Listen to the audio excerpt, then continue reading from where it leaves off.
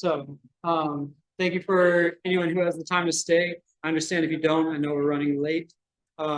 So again, this, especially in this part, this might start to change. Like the model I use to replace calories in, calories out is only 6 months old, and it has changed a few times. Just to reiterate, thermogenesis, it used to be assumed as exchangeable for metabolic work. Thermogenesis is just an element of it, and what we need to focus on is the material exchange itself. So keeping the old guard, probably. Respiratory quotients will be able to be maintained as long as they're accurate, because we are looking at the exchange of oxygen and carbon dioxide, as well as indirect calorimetry may be exchanged. You can't see the equation down there, but it's there. I X'd out the, I want to say,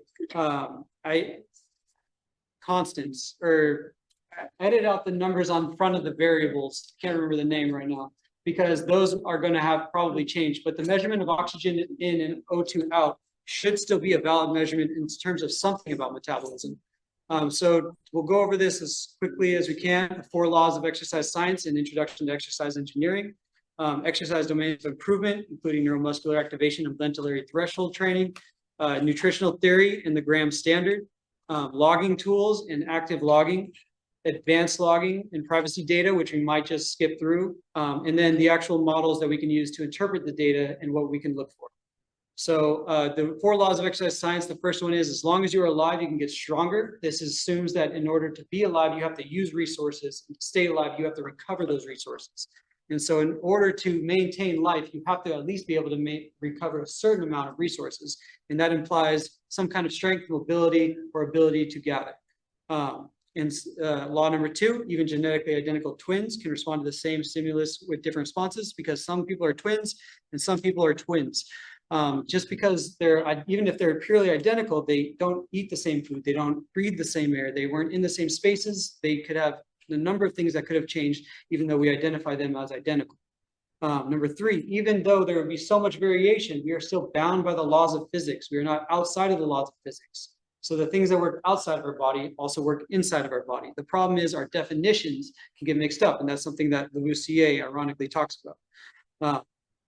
All this together means specific environmental signals create specific physiological responses. Even something that looks similar can create different responses, or something that is different can create the same response, such as what drugs do. And so what we want to look at, the point with this slide is, if you want to put on as much weight as you can do that. We know how to do that, your body. If you want to get a more lean aesthetic, we know that if you do more cardio, you will get a more leaner aesthetic. But if you do cardio versus if you swim, you will have a unique adaptation to your heart. And so with specific activity comes specific adaptations to the body. Understanding this allows us to take advantage of that in practice, at least to some degree. Theoretically, it should be able. Whether someone has it, in my mind, I see this as someone who has a heart condition might be able to, it might be preferable to swim instead of running based on the load, as an example.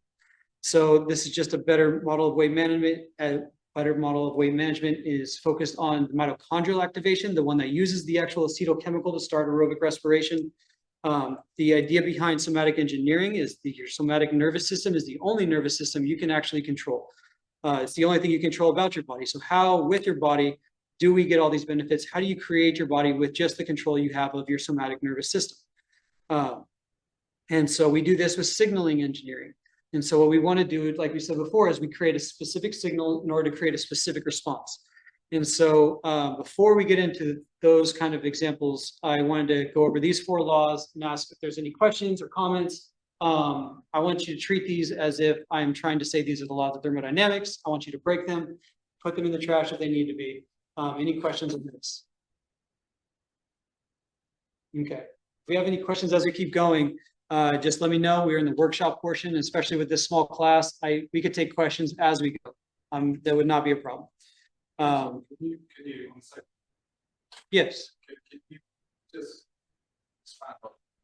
So the idea is, on the second law, we don't assume that they're going to respond differently. But the idea is, even if you're identified as identical in the real world, your twin might go on a trip and might conduct a disease, conduct a condition. Something might happen. They get bit by a tick, and now their physiology has changed in ways that we didn't know or weren't prepared for. But in the case that something happens biologically that we are unsure of, we can assume that each individual might have an individual response. And so it's just to allow the idea that people are different. It confirms that idea to the highest degree, where someone else who is identical to you can also be different. We're saying that as a law, that might happen. Like, that is absolutely a possibility. We won't exclude that. And that's when we get to the third law, to kind of bring everything back into a shell, that you're still physics. So that's everything that is health is inside a ball of physics, inside a ball of human, inside a ball of health. Your nerves and my nerves fire by the same physics. Your bicep and my bicep has 2 heads, not 4, unless you have a condition. I don't breathe through my eyes. We see with the same kind of cells, basically. So there's a lot of similarities in our biology, even if there are differences to responses. I hope that helps. Like to be convinced about that number one. Yes. So It's a law, see that it applies to university in every kind of situation. yes, that's the hope. I mean, it's not what I've seen in practice. The idea is your cells right now are depleting their resources. If they had no connection to the outside blood, they would deplete all their resources and die, right? And so in order to survive, it needs to have an ability to take in resources. And this ability is, I'm interpreting as a form of strength. Maintaining an ability to retain resources is strength. And it kind of expands more into an abstract manner when you get bigger and smaller, honestly. I will admit that. But it's for this mentality of, when we're designing programs and when we're thinking about interventions, that we're dealing with the possibility you can get stronger because you're alive, and that your cells are adapting, and that as long as you're alive, there is some sort of adaptability still left within you, even if that adaptability is just moved from here to here so we can eat. I hope that makes sense. Yeah. Okay.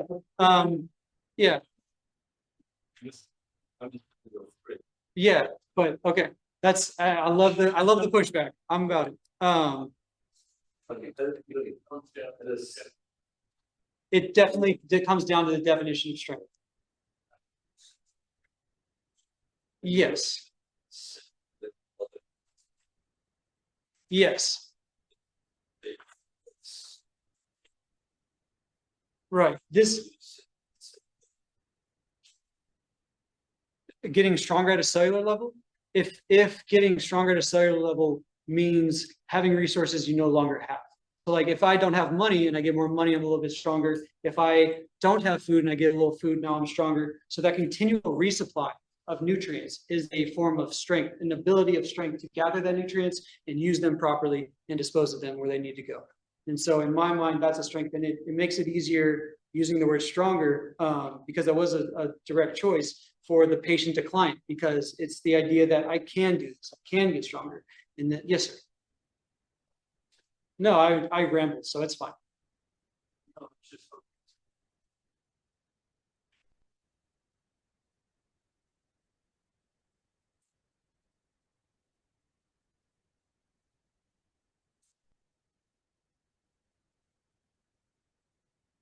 That's a good one. You could say it like that too. That sounds nice. I'm trying to also think of this as the psychology version, this clinical psychology of how you explain this to your clients too. So if it sounds nice, I want them to have that buy-in as well.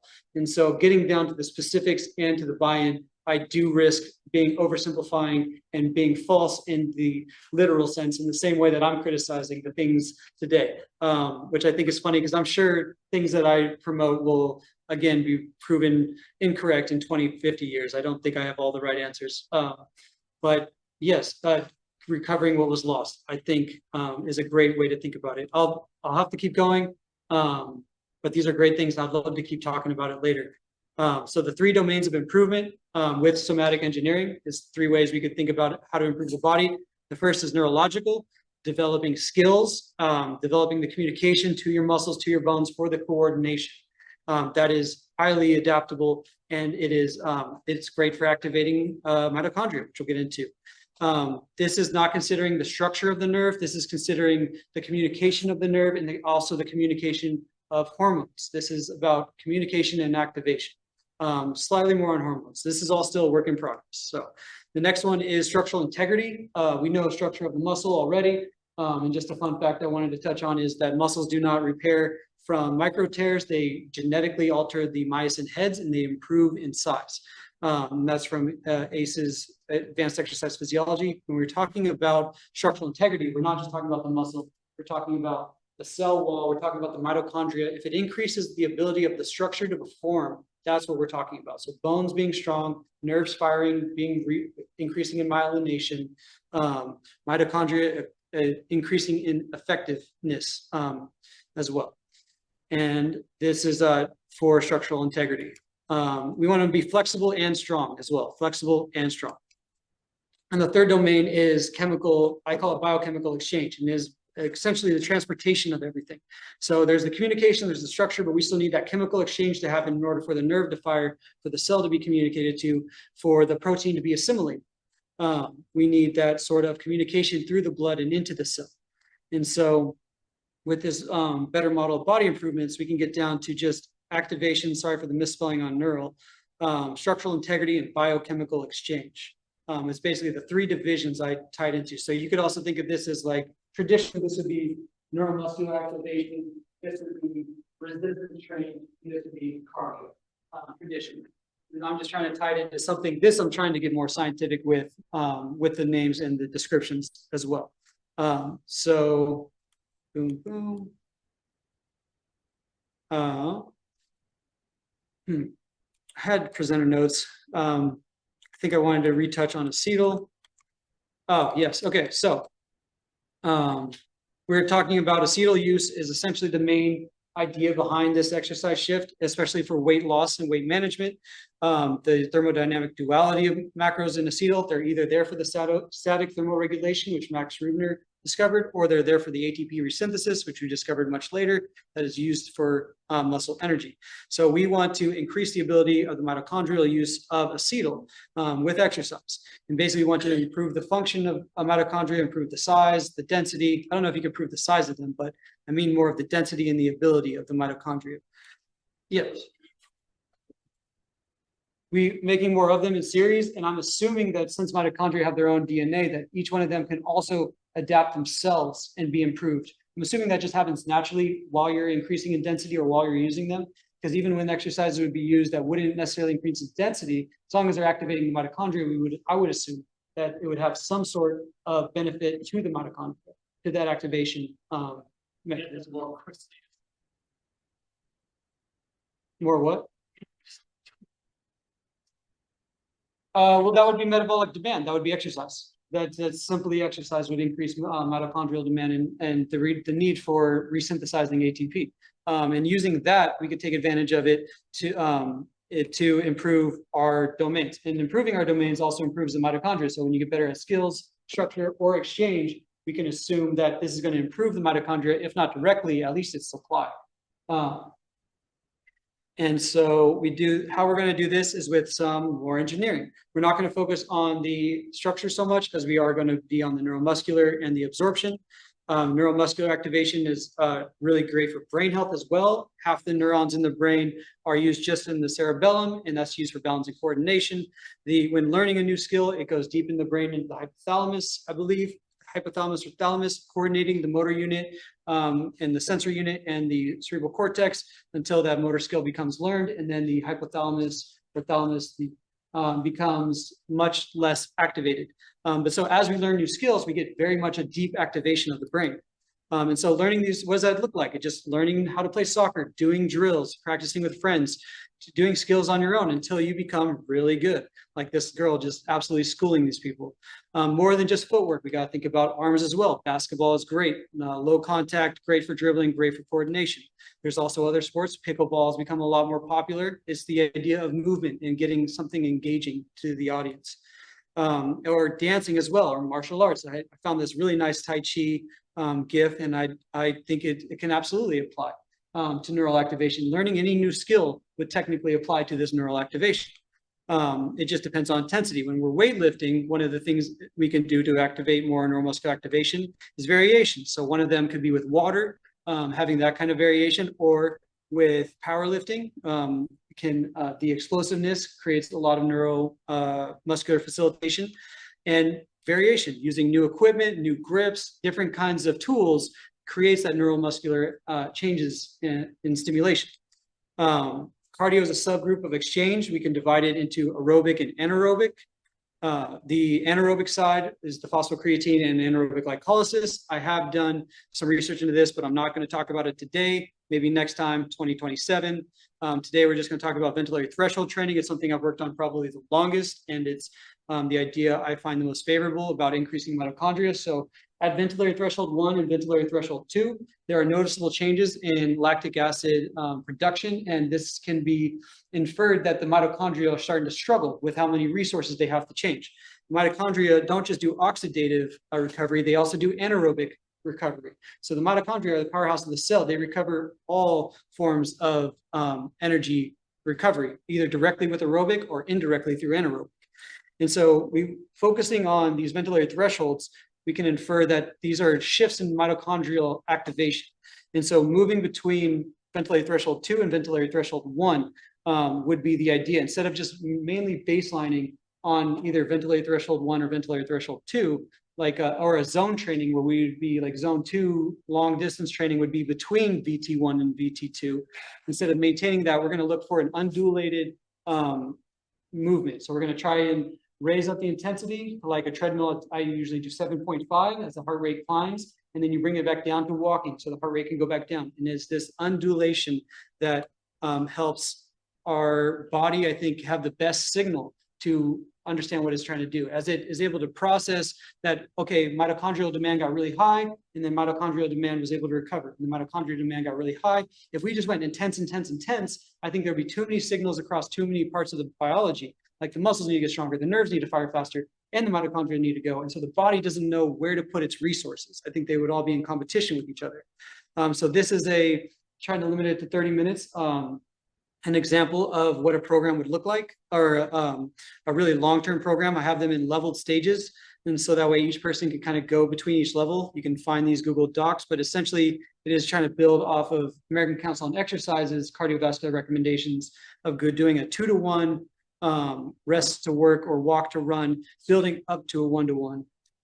So, sorry. And then the idea is building up to 30 minutes. Historically, I think we are really good endurance athletes. I think humans are supposed to be some of the best endurance animals around. And so this 30-minute limitation is completely arbitrary to just making it an easy program or an easy warm-up or something someone can do. But this whole thing was based on heart rate as well, ventilatory thresholds based on heart rate monitoring. But something I've learned is that medications can limit that rise. And so this would be a complication. And so if we just do a total work concept instead of a heart rate concept, where we're just measuring the work and maybe perceived energy expenditure, or then we can do something more. And so that's the end of the exercise section. Is there any questions about the exercise? So you're basically saying to optimize an exercise program, you need to be conscious about not overloading mitochondria. So I mean that I guess that would be your definition of somebody who's overtrained. If your goal was to improve mitochondrial and cardiovascular ability, I would say yes, that would be the concern. If your goal of exercise training was to simulate wartime conditions, unforgiving, relentless, where you have to continue and push through, and where you have to do exercises that will maybe test your mind more than your body, then the different kind of training might be more appropriate, where you would overload the mitochondria and risk overtraining. As far as overtraining in general goes, overloading the mitochondria, I think that would be probably the closest thing to what I would say. I think you're spot on to what I would consider to be overtraining. I would say it would all be regulated by essentially the mitochondria or the body's ability to sort through the anaerobic waste of lactic acid, essentially.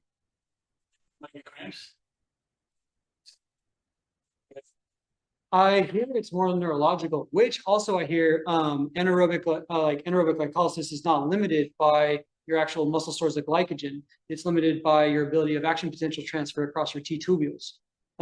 That's research from biochemistry and metabolism for sport. I forget the author, but where actually you don't run out of the fuel source. Your body just cramps up basically because there's too much action potential action.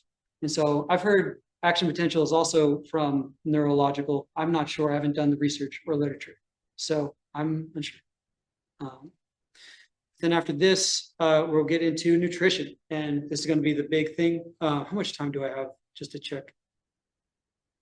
You have still 20 minutes. Perfect. 22 minutes. Okay. We'll get into modern nutrition. So I introduced a new idea of science of exercise science. I'm going to introduce modern nutrition, which is the idea that we don't operate off of calories. We take the same definition of nutrient that is already established, substance from the environment that our body uses to maintain and promote health. And we use what we understand that physics are what creates the energy. And this we get to our nutrient system. So what are our nutrients then? It's the same as what we've been studying. The proteins, carbs, and fats are the classic macros. We also have nucleotides, which are conditionally essential, but these are the macromolecule subunits. There are fat-soluble vitamins, water-soluble vitamins. That'll complete all of our complex nutrients. Then you got your microminerals, your major minerals, water, and oxygen. Most people don't consider oxygen a nutrient, but it is by the definition a substance we take in. It's just so regular, I think we forget about it. And in some publications, like Without Water in the beginning, he did not consider water a nutrient. And so I did want to address these underrepresented nutrients a little bit. Some people are claiming that nucleotides should be moved up to more of an essential. They should get more in the limelight, especially with immune regulation. And oxygen delivery, I think as a nutrient is the gold standard for general nutrient delivery, even though I know they go through two different systems beginning. But if oxygen can go from your lungs into your cells very well, we can assume that as long as the nutrients can get to your blood, then there's a great transportation to your cells as well.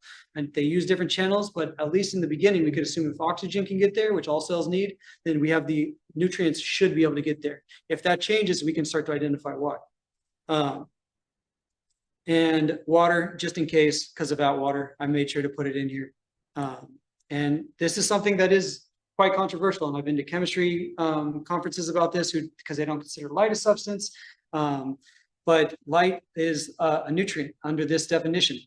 You can make a shadow, so you can block light, not have light. If you don't have light, you can contract rickets. You can get vitamin D deficiency. If the things that light did for the body were put into a material form that you either ate or didn't eat, and you would get the same thing, we would call that an essential nutrient. But because it's a boson and not a fermion, or it's a particle in that domain of physics as we understand, and not a particle in this domain of physics as we understand, we don't consider it a substance and we don't consider it a nutrient. But under this definition, that substances from the environment that our bodies need, you can't live without light. You can't live a happy life, healthy life without light.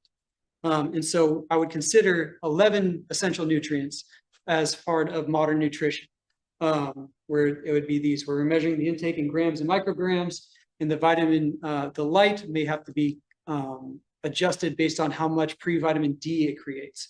And that might be the measurement of light based on melatonin.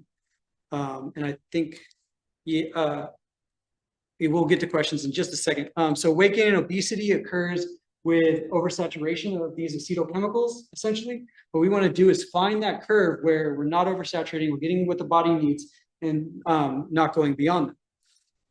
And so essentially what we do is just want to flatten the curve, to flatten the bottom. This is what I have come up with, the calories in, calories out with the gram standard.